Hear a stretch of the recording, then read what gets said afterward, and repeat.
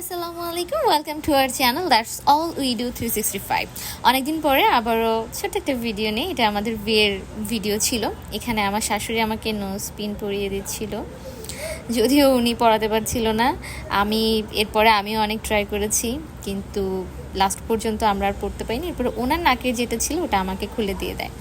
তারপরে শুরু হয়ে যায় খাওয়া দাওয়ার পর্ব, কারণ ওরা অনেক দূর থেকে এসেছিল, ওরাও ক্ষুধার্ত ছিল, আমরাও ক্ষুধার্ত ছিলাম। আমরা ওদের জন্য ওয়েট করছিলাম যে ওরা আসবে, দেন খাওয়া দাওয়া করবো।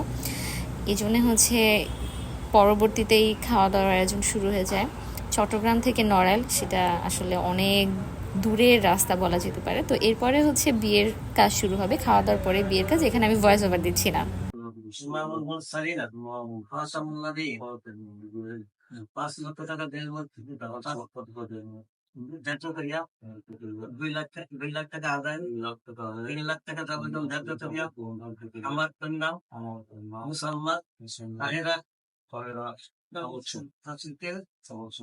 ইসলামী শরিয়াত অনুযায়ী ছাত্র অনুযায়ী তোমার সহিত নিকাহ সাব্যস্ত করলাম। বিসমিল্লাহির রহমানির রহিম। আমি কবুল করলাম।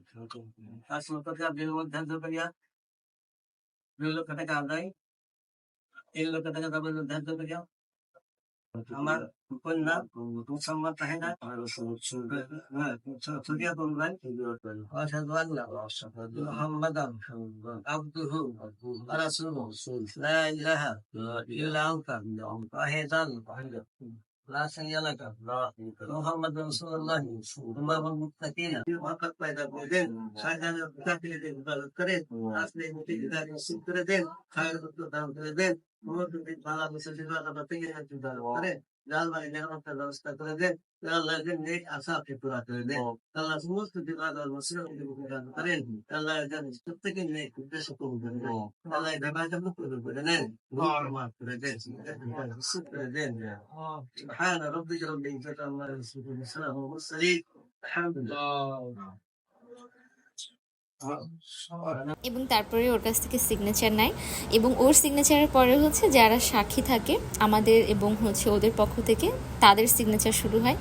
তো আমি বিয়ের ওখানে ভয়েস ওভার দিইনি, আমার কাছে মনে হয়েছে এতটুকু স্মৃতি হিসাবে থাক। তো যেহেতু অনেক আগের ভিডিও, আমি জানি না ভিডিও আগে হওয়ার কারণে বা নেটওয়ার্কের সমস্যা হওয়ার কারণে কিনা একটু প্রবলেম হচ্ছে, তো একটু ম্যানেজ করে নেবেন যারা দেখছেন। এটা আমার জন্য আসলে মেমোরি কালেক্ট বলতে পারেন। আমি এই ধরনের মেমোরি কালেক্ট করতে পছন্দ করি। ভিডিওটা অনেক আগেই আমার আপলোড করার কথা ছিল, কিন্তু ব্যস্ততার কারণে আসলে সেই জিনিসটা করা হয়নি। তো আজকে যেহেতু আমাদের 3rd অ্যানিভার্সারি, এই জন্যে ভাবলাম যে আজকেই আপলোডটা করি। তো এরপরে আমাকে সাজানো শুরু হয়। সাজানো বলতে আমার জাস্ট চুলগুলো একটু সেট করা। তো তারপরে ভাবি যে এখানেই আমরা মেহেদি দিব, কিন্তু গরম এত ছিল যে রুমে আমরা আর মেহেদি দিতে পারিনি। এরপরে চিন্তা করলাম যে রুমে আর থাকার রিস্ক নিব না, সোজা ছাদে চলে যাই। ছাদে গেলাম, যাওয়ার পরে ওরাও সবাই ওখানে ছিল। তো বললো যে ফাইন, তোমরা মেহেদি দিতে থাকো, আমরা এইখানে এই অবস্থায় কয়েকটা শ্যুট করি আর কি। কারণ ডে লাইট আমরা মোটেই পাচ্ছিলাম না, বিকজ ওরা গিয়েছে চট্টগ্রাম থেকে। যদিও ওরা অনেক ভোরেই রওনা করেছিল, কিন্তু ওখান থেকে নড়াইলে যাওয়া, দেন নড়াইল থেকে নড়াইলে যাওয়ার পরে ওরা একটু রেস্ট টেস্ট নিয়ে টিয়ে তারপরে খাওয়া দাওয়া, তারপরে বিয়ে পড়া, সব করতে করতে মোটামুটি আমাদের সন্ধ্যা হয়ে গিয়েছিল। এই জন্য আসলে যেই ফটোশ্যুটটা করা প্রপারলি ওটা আসলে হয়ে ওঠেনি। এরপরেও ট্রাই করেছিলাম আমরা যে না, আমরা একটু কোনো রকম যদি একটু মেমোরি কালেক্ট করতে পারি। এই ভিডিওগুলো কারা করেছিল আমি আসলে জানি না। অনেক সময় করেছিল যারা যাদের কাছে ক্যামেরা ছিল তারা করেছিল, আবার অনেক সময় ফোনে কিছু ভিডিও করা হয়েছে। তো এই ভিডিওগুলো আমার কাছে ছিল বিধায় আমি এখন আপলোড করতে পারছি। আর এই ছোটো ছোটো ভিডিওগুলোই আসলে মেমোরি, আমার কাছে এই ছোটো ছোটো ভিডিওগুলোই মেমোরি। আর আমি ব্লগ করি বেসিক্যালি মেমোরিগুলো কালেক্ট করার জন্য, কারণ আমি প্রফেশনাল না।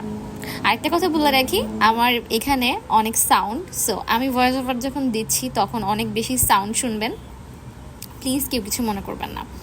তো এরপরে আমাদেরকে বলা হয়েছে কি যে তোমরা পোজ দাও, তোমাদের তোমরা জাস্ট নিজেদের ভিতরে সুন্দরভাবে কথা বলো। কিন্তু আমাদের ছিল ওই দিন প্রথম দেখা, ওই দিনে আমাদের ফার্স্ট মিট আমরা আসলে এত আনকমফোর্টেবল ছিলাম যে কেউ কারোর দিকে তাকাতে পারছিলাম না, কথা বলতে পারছিলাম না। তো এরপরে আবারও মেহেদি দিয়ে স্টার্ট হয় যে ফাইন, তোদের দ্বারা হবে না, তোরা ভাই মেহেদি দে। আর তোদের মেহেদি দেওয়ার পরে আবার বিয়ের সাজটা দিতে হবে। বিয়ে তো হয়ে গিয়েছে, বাট বিয়ের সাজটা দিতে হবে। তারপরে হচ্ছে বিয়ের শাড়ি পরে একটু ফটোশ্যুট করা, এই আর কি। তো আমি তো মোটামুটি বিয়ের শাড়ি পরেছি যতটুকু, মানে মেকআপ কোনো রকম ছিলই না বলা গেলে যেতে পারে আসলে। কিন্তু আমার হাজব্যান্ড তিনি কোনোভাবেই তার ড্রেস পরতে রাজি ছিলেন না। তার কথা, এত গরমে যেটা পরা আছে এটা পরে জাস্ট কয়েকটা ছবি তুললে হয়ে যাবে।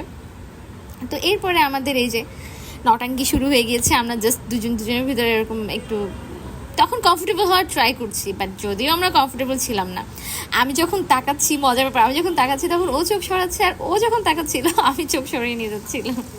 আর এখানে আমার খুব গরম লাগছিল, সে হচ্ছে মানে খুব কেয়ারিং এমন একটা ভাব দেখাচ্ছিল। আর পর মুহূর্তে এখানে যিনি আমাকে কি একটা কথা শোনাচ্ছিল, আমি আসলে আমার সেটা খেয়াল নাই।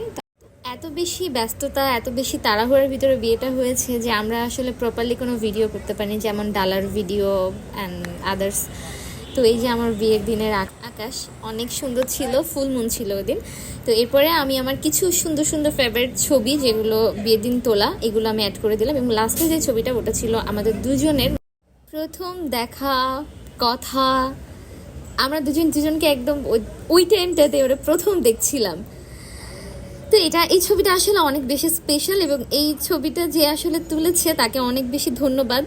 কারণ সে যদি ওই সময় এই ছবিটা না তুলে রাখতো, হয়তো মেমোরিজ হিসাবে এই ছবিটা থাকতো না। আমি একদম মানে বোকাশোকা হয়ে বসেছিলাম, এবং সে ওকে অনেক টায়ার্ড ছিল, এই জন্যে আসলে দুজনের অবস্থা অনেক খারাপ ছিল। তো সবাই ভালো থাকবেন, সুস্থ থাকবেন, আমাদের জন্য দোয়া করবেন যেন এভাবে সারা জীবন থাকতে পারি। তো আল্লাহ হাফেজ।